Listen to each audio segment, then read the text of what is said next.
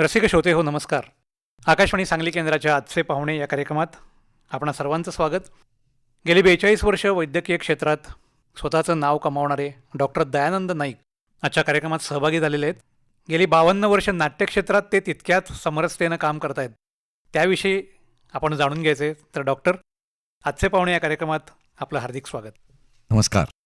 Doctor Dayanand Naik असं म्हटलं की सांगली, मिरज किंवा आपल्या पश्चिम महाराष्ट्रात एक वेगळं नाव वैद्यकीय क्षेत्रात आहे आणि नाट्यक्षेत्रात आहे. तर मला थोडंसं असं विचारायचं आहे की आपले आई वडील आपल्यावर लहानपणी संस्कार करतात. जी. तुम्हाला थोडंसं मी भूतकाळात घेऊन जाणार आहे. बर. कसे कसे आपण घडत गेलात आणि या क्षेत्राकडे आपण कसे वळलात, हा सगळा प्रवास, नाट्यक्षेत्रातला प्रवास प्रामुख्यानं आम्हाला जाणून घ्यायचा आहे. तर थोडीशी तुमची कौटुंबिक पार्श्वभूमी काय आहे, इथून आपण सुरुवात करूया. हां. माझे वडील डेप्युटी कलेक्टर होते. ओके. आणि ते सांगली, मिरज तसंच अमरावती ह्या निरनिळ्या शहरात ते असायचे. कोल्हापुरात होते. बर. तर नोकरीनिमित्त त्यांना इकडे तिकडे जायला लागायचं. त्यामुळे प्रथम मी कोल्हापूरच्या शाळेमध्ये होतो. बर. त्यानंतर सांगलीत आलो, पटवर्धन हायस्कूलला होतो, मग मिरज हायस्कूलला होतो, परत पटवर्धनला आलो. जिथं जिथं वडिलांची बदली तिथं तिथं शाळेबरोबर आम्ही जायचोच. म्हणजे त्यामुळे निरनिळ्या प्रकारची कंपनी, निरनिळ्या प्रकारचे मित्र, हे अगदी रुटीन झालं होतं.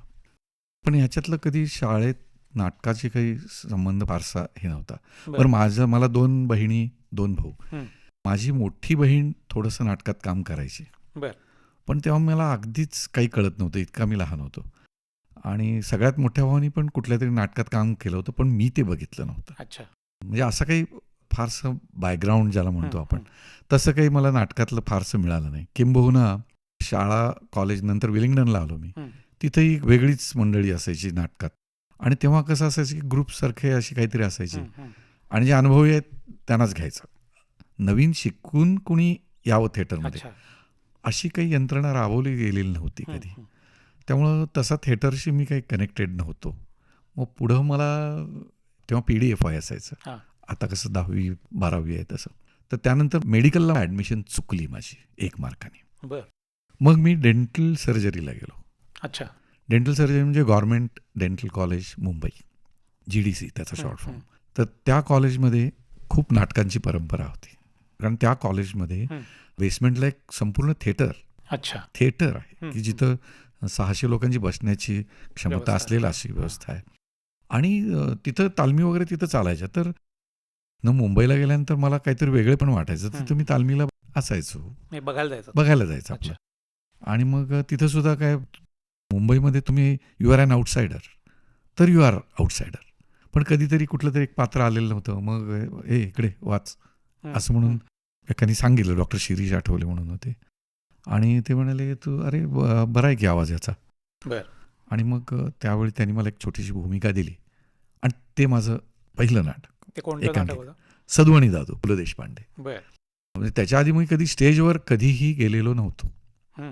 किंबहुना एकदा अगदी सांगायला हरकत नाही, त्याच्या आधी मी कॉलेजमध्ये क्लास रिप्रेझेंटेटिव्ह म्हणून मी एक बिनविरोध निवडून आलो. कोणतं बाहुली पाहिजे ना, असं तसं मला त्यांनी क्लास रिप्रेझेंटेटिव्ह केलं.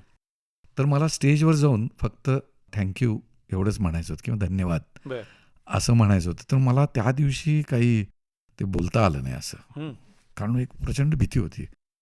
मुलं 100 आणि त्यांच्यासमोर जाऊन फक्त थँक्यू म्हणायचं हे मला जमलं नाही. आणि तिथनं स्टेजवरनं जे उतरलो ते मी डेस्परेटली आय वॉज डिप्रेस्ड की आपल्याला 2-4 वाक्य बोलता नाही आली. एवढंही जमलं नाही.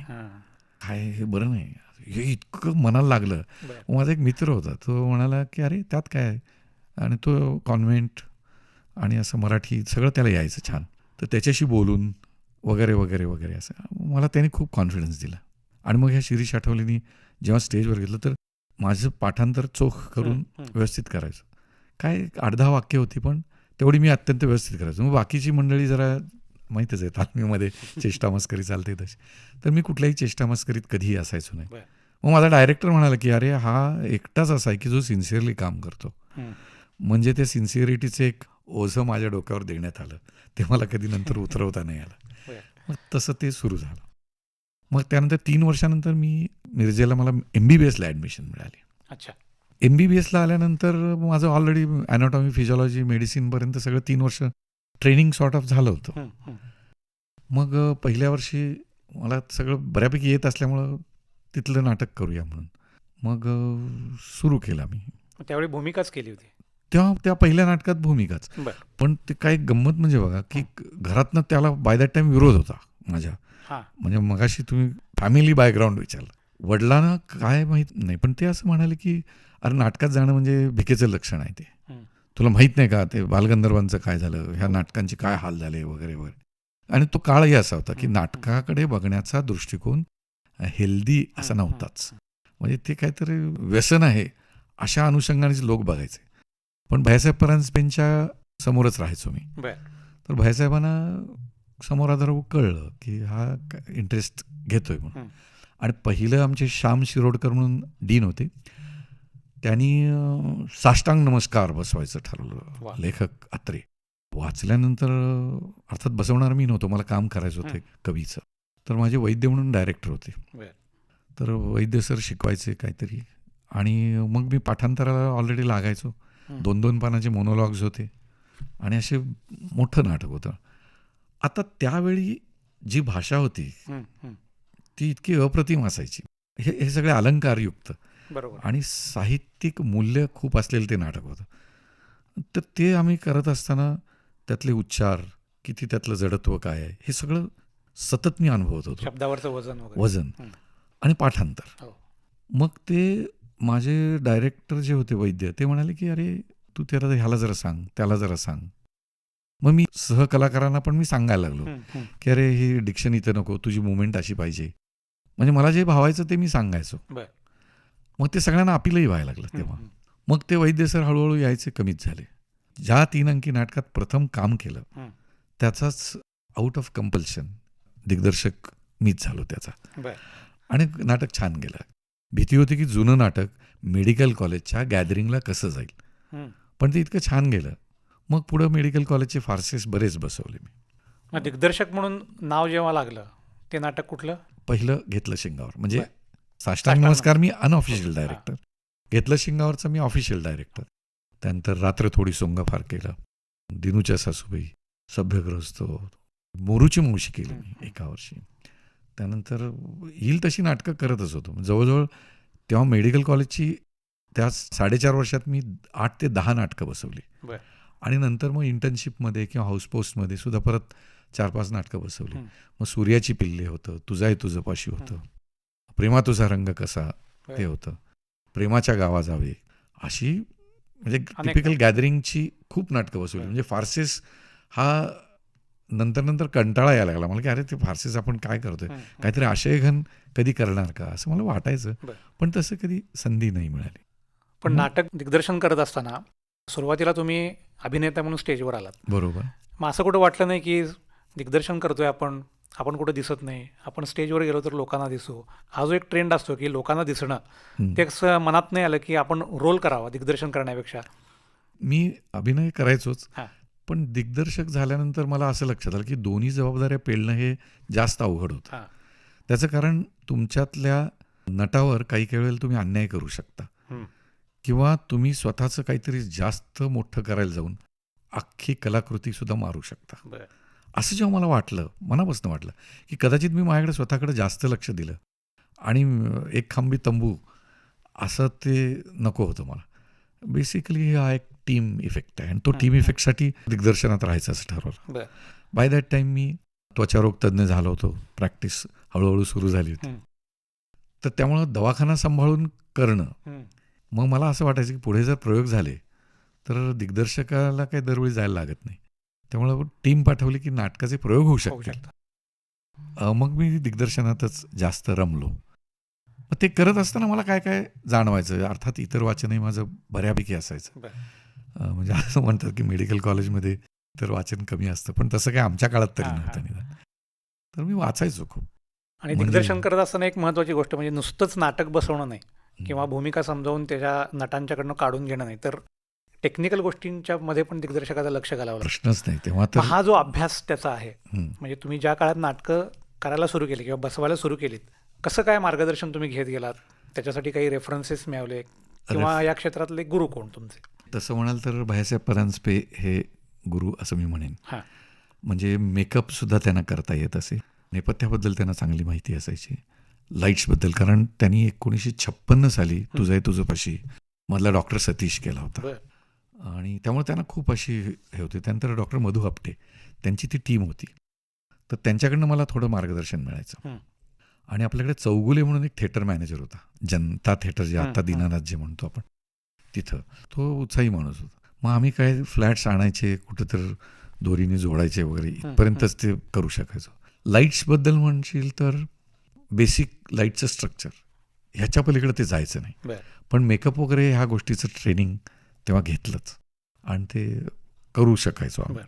तेव्हा राशीनकर आणि विसूभाऊच्या तिथनं मेकअप हं. घेऊन ते असं होत असे.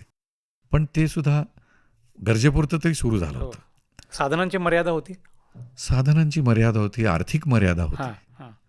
त्यानंतर आता ड्रेपरी जर पाहिजे असेल तर पोलिसाचा ड्रेस असेल तर पोलीस स्टेशनमध्ये एखाद्या पोलिसाचे पाय धरून तिथनं आणायचे. बरोबर. त्यानंतर जेव्हा कधी आम्हाला सोफा वगैरे पाहिजे असायचा, खुर्च्या चांगल्या रिच सेट दाखवायचं, हं. कुणाच्या तरी घरनं आणायचं आणि ते नंतर परत करायचं. बरोबर.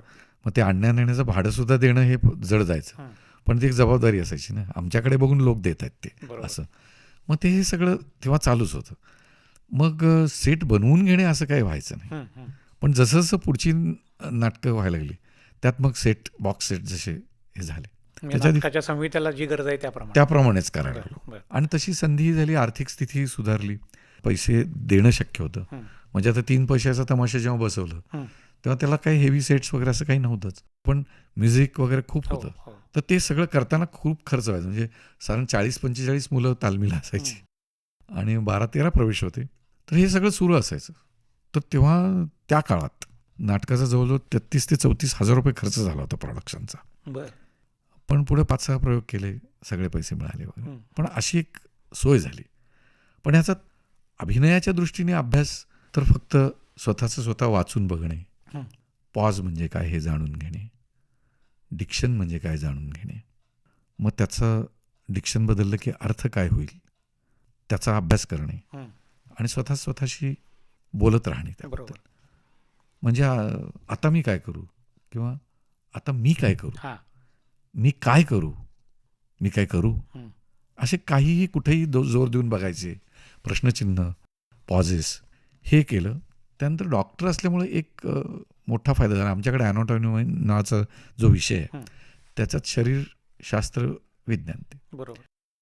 त्याच्यामध्ये तुमचा चेहरा, तुमचे प्रत्येक मसल, जसं आपण बिल्डर बायसेप्स, ट्रायसेप्स, हो. ट्रॅपिझियस म्हणतो, तसं फेशियल मसल्स, हं. त्याची मुवमेंट काय असावी काय नाही, त्याचं इन्सर्शन कुठनं, ओरिजिन कुठनं, हं. हं. ह्याच्याबद्दल खूप आम्हाला शिकवलं जातं बरोबर. बेसिकली. तर हसताना कुठले मसल्स लागतात, रडताना कुठले लागतात, डोळ्यातनं पाणी आणायचं म्हणजे काय करायचं वगैरे. तर ह्याचं ट्रेनिंग असं नाही झालं, पण त्याबद्दल मला माहिती होती. आधी शिबिरामध्ये शिकवलं जातं ना, हां. ते तुम्हाला तुमच्या शैक्षणिक ह्याच्यामध्येच मिळालेलं होतं. हो, तेव्हा मिळालं. शिवाय स्टेजवरची मुवमेंट, हां. आपण काय केलं म्हणजे कुठं दिसेल, कसं हां. दिसेल, हां. ह्याच्याबद्दल एक म्हणजे ज्याला म्हणतो ना की स्वतःकडेच स्वतःच्या नजरेने बघायची क्षमता डेव्हलप करायला लागते स्टेजवरती काम करत असताना. आणि ती नटाला द्यायला लागते की तू बाबा हे करतोयस ना, तर तुला ते कसं दिसतंय, हे तुला दिसतंय का. त्रयस्थपणे बघितलं पाहिजे स्वतःकडेच. हां, बरोबर. स्वतःकडेच त्रयस्थपणे. त्याच्याबद्दल मी खूप विचार करत बसायचो. म्हणजे मला सुद्धा कधी कधी असं वाटायचं की अरे मी एकटा बसून काय करतोय. ती स्क्रिप्ट वाचल्यानंतर मला कुठला इफेक्ट आणण्यासाठी काय करायला लागेल. एखादी कॅरेक्टर डिझाईन करत असताना हं. आमच्याकडे एक पर्सनॅलिटी ट्रेट असा भाग असतो. बरं. म्हणजे एखादं पूर्वीची जी नाटकं मी बघायचो हं. त्याच्यात रागीट कॅरेक्टर म्हणजे ते सतत रागवलेलं टन टन टन टन, तर खरं ते कधीच नसतं. रागीट माणूस 24 तास रागवलेला नसतो किंवा दुःखी हा दुसऱ्या कुठल्याच इमोशनमध्ये जात नाही असं नाही आहे. बरोबर. तर त्या ट्रेट पुरता त्याची तेवढ्या बॉडी पुरतं. लँग्वेज हं. काय असावी, हं. त्याची एक्सप्रेशन काय असावी, त्याची चालण्याची स्पीड काय असावी, बसणं, वागणं, बोलणं हे कसं असावं, त्याचे लुक्स काय असावेत. लुक्सबद्दल मी खूप तेव्हा विचार करायचो. हं. शोल्डर लुक म्हणजे काय, डबल लुक म्हणजे काय, अशा खूप गोष्टी मला जाणवायच्या. पण मला टेक्निकली हे माहीत नसायचं की ह्याला हे म्हणतात. बरोबर. हां. गरज म्हणून हे करायचो, हां. हां. असं झालं. आणि ते मला मेडिकल फॅकल्टीचा खूप त्यात उपयोग झाला. हां. आणि पेशंट म्हणून ज्या खूप लोकांना मी बघायचो हं. त्यांच्या चेहऱ्यावरची एक्सप्रेशन्स बघून ह्याला नक्की काय होत असेल हं.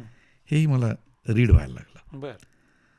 म्हणजे एखाद्या माणसाला जर दुखत असेल काही तर ती एक ॲगोनी चेहऱ्यात दिसते, डोळ्यात दिसते. त्यामुळे निरनिराळ्या एक्सप्रेशनची ओळख माझी व्हायची. बरं. आणि सर्व व्यवसायातली मला माणसं भेटायची. हां. म्हणजे बिल्डर्स भेटायचे, डॉक्टर्स भेटायचे, वकील, इंजिनियर, आर्किटेक्ट्स हे सगळी भेटायचे. वेश्या व्यवसाय करणाऱ्या स्त्रियाही भेटायच्या. तर त्यांचं चालणं हे वेगळं असतं. त्या चालण्यामध्ये एक ग्रेसही असते, पण एक बुलावा पण असतो, एक मादकता पण आणलेली असते. तर हे मी बघायचो पेशंट म्हणून जेव्हा यायचे आहे. हो. थोडक्यात मला काय म्हणायचं आहे, हां. तुम्ही तुमच्या क्लिनिकमध्ये असता हं. तेव्हा तुमची नाटकाची कार्यशाळा तिथं सुरू होती. खरं आहे ते. हां?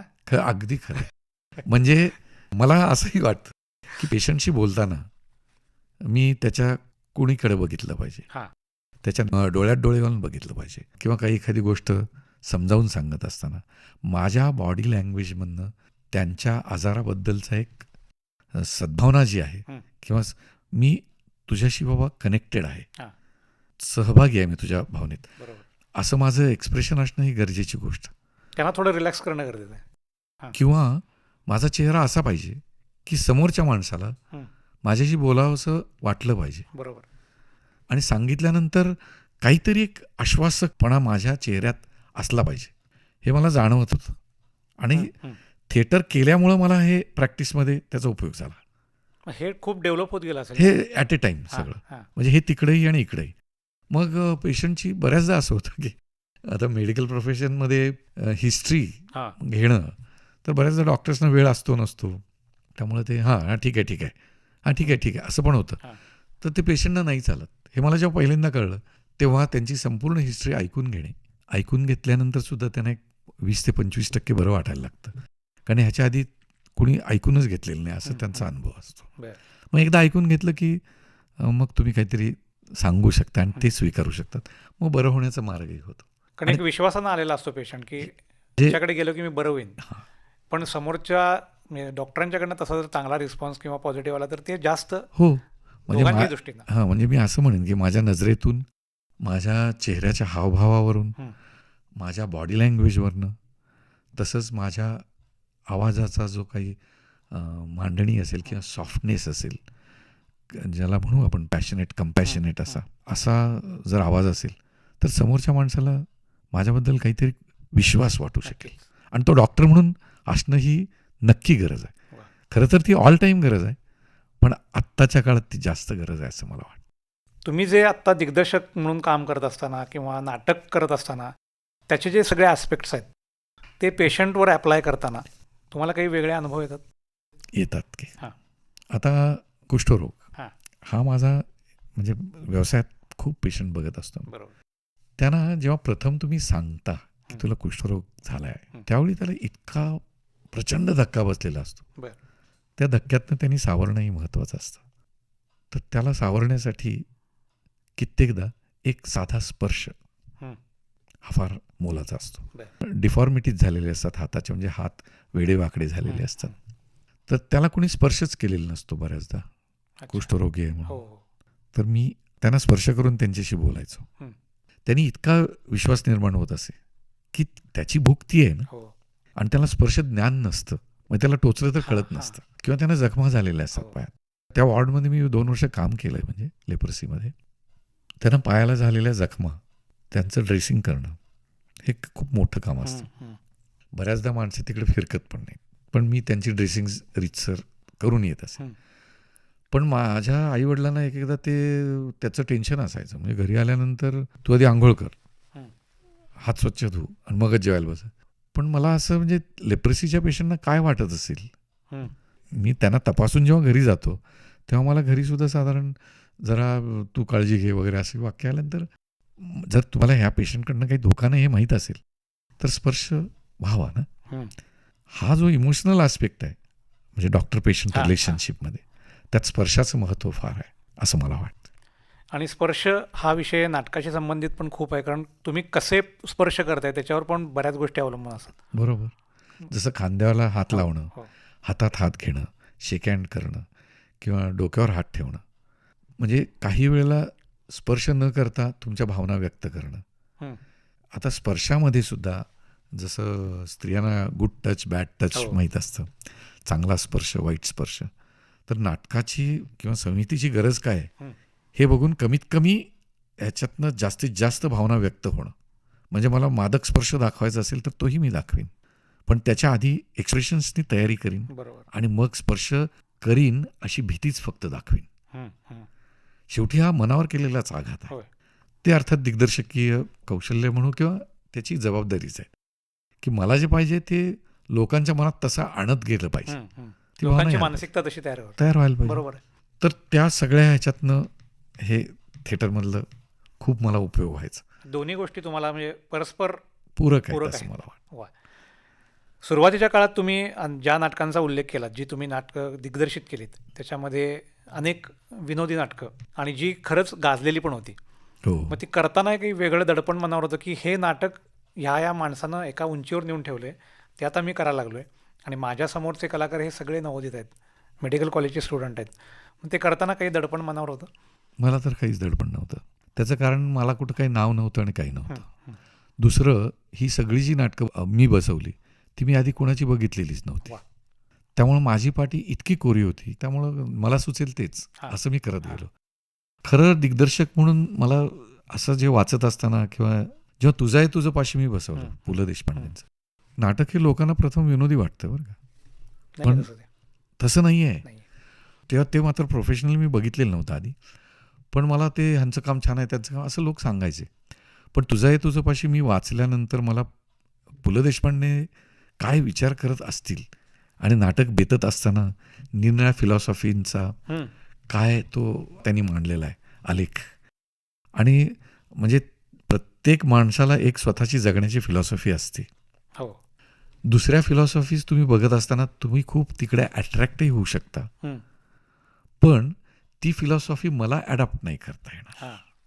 हे अत्यंत वास्तवातलं सत्य पुलंनी इतक्या देखण्या पद्धतीने मांडलं. ते मला माझ्या आयुष्यात प्रथम कळलं. ते तुझं आहे तुझं पाशी किंवा भले कुणाचं काही असेल, हं. माझं मला करायचं आहे, तुझं तुझ्यापाशीच आहे हो. आणि ते तू शोध आणि डेव्हलप कर.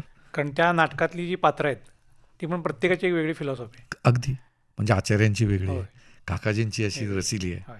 त्यानंतर डॉक्टर सतीश हा डॉक्टर आहे, होय. उषा ही सेवाभावी. म्हणजे सगळ्यांना श्याम तर वेगळा, तो कन्फ्युजन म्हणजे इतका आहे की ह्यांना फॉलो करू का त्यांना फॉलो हो, करू. खरं आहे. आणि त्याला जेव्हा कळतं की नाही नाही कुणालाच फॉलो करू, माझं मलाच करायचं आहे. बरोबर. किंबहुना अख्ख्या माणसाच्या आयुष्यातल्या संपूर्ण प्रवासामध्ये हं. स्वतःच्या क्षमतांची जाणीव होण्यासाठी हे थिएटर फार मोलाचं आहे वा वा. असं मला वाटतं. या नाटकाचा आत्ता आपण नाटकाविषयी ज्या बोलतोय, तुझं आहे तुझ्यापाशी, अशा पद्धतीची नाटकं म्हणजे ज्या नाटकामध्ये प्रत्येक कॅरेक्टरची वेगळी फिलॉसॉफी आहे, हे बसवताना तुम्हाला काय चॅलेंज वाटतं? मुख्य म्हणजे ती पात्र जी आहेत हां. त्यांना ते भावलं पाहिजे, हां. त्यातलं मर्म त्यांना कळलं पाहिजे आणि त्यांची एक नैसर्गिक कॅरेक्टर त्याच्या जवळपास जावी हं. अशी माझी इच्छा असायची. बरं. आणि ते संपूर्ण नाटक त्याला आधी समजलं पाहिजे त्या व्यक्तीला की तुझं तुझं पात्र समजून उपयोग नाही. हं. ही या नाटकाची गरज नाही. अख्ख्या नाटकाची फिलॉसॉफी काय आहे, थीम काय आहे, उद्देश काय आहे, हे कळलं पाहिजे. म्हणजे आता जसं नाटकाचं टायटलच असं होतं की तुझं आहे तुझं पाशी, म्हणजे वन लायनरला हो, आहे हे हो, नाटक. हो. सगळं नाटक बघितल्यानंतर तुझं तुझ्यापाशी आहे हे कळणं, हं. तर हे माझ्या प्रत्येक पात्राला कळावं ह्याच्यासाठी खूप संवाद व्हायचा आधी. बरं. मग त्यांना बसून मी समजावून सांगायचो. लाईक काकाजीनं सांगितलं, हा माणूस रंगेला आहे, रसिक आहे, हं. अश्लीलता नाही आहे त्याच्यात, तर हे तुला तसं दिसलं पाहिजे. म्हणजे काहीतरी तो मोठा हे सांगतो, तिकडे ती नाचणारी होती अमुक हं. अमुक, किंवा ह्याच्याबद्दल त्याला काही पाप वाटत नाही आहे किंवा गिल्ट नाही आहे असं आहे. तसंच आचार्य हे भारलेले आहेत हो. आणि ते खरे आहेत. म्हणजे तो लोकांनी तिथं हसणं आचार्यांच्या कुठल्या तरी हं. ह्याला, हं. हे मला न पटणारी गोष्ट आहे बरं. असं मला वाटायचं. तर मला तिथं लाफ्टर न येण्यासाठी मी काय जी प्रिकॉशन हां, घ्यायची हां. ती घेत होतो. नाहीतर कसं होतं काकाजींच्या त्या ह्याच्या पुढे की आचार्य ते कुचेष्टेचा विषय हां, हां. असं होऊ शकलं असतं, पण माझ्या नाटकात मी तसं कधीही होऊ दिलं नाही. आणि या नाटकात प्रत्येक कॅरेक्टरचं प्रत्येकाविषयीचं एक वेगळं बाइंडिंग आहे, नातं आहे. नातं आहे त्यांचं. कारण तेही दिग्दर्शकांना समजावून सांगून ते काढून घेणं महत्त्वाचं आहे. अगदी अगदी म्हणजे उषा आणि डॉक्टर सतीश हो. यांचं नातं इतकं नाजूक आहे. संस्कार ह्या विषयावर सुद्धा त्या नाटकाचं भाष्य फार वेगळं आहे. होय. गीता ह्या कॅरेक्टरवर जे संस्कार लादले गेलेले आहेत त्याच्यावरही पुलंचं भाष्य अफाट आहे. तर तेव्हा इतकं इतकं नाटकाबद्दल वाचलं मी आणि फार भारी वाटलं मला. वा. आणि तिथनं पुढं मला मगाशी विचारलं तुम्ही की दिग्दर्शक व्हावं असं का वाटलं, ते खरं तर या नाटकानंतर मला जास्त वाटलं की काहीतरी वेगळं आपल्याला विचार करता येतो आणि तो मांडता येतो. रसिक श्रोते हो, आजचे पाहुणे या कार्यक्रमात नामवंत त्वचारोग तज्ज्ञ आणि ज्येष्ठ रंगकर्मी डॉक्टर दयानंद नाईक यांच्याशी आपण बातचीत करत आहोत. पण वेळेअभावी आज इथंच थांबूया. पुन्हा भेटूया पुढच्या कार्यक्रमात. तोपर्यंत या कार्यक्रमाच्या सादरकर्त्या तेजा दुर्वे आणि मला शशांक लिमयेला आता निरोप द्या. नमस्कार.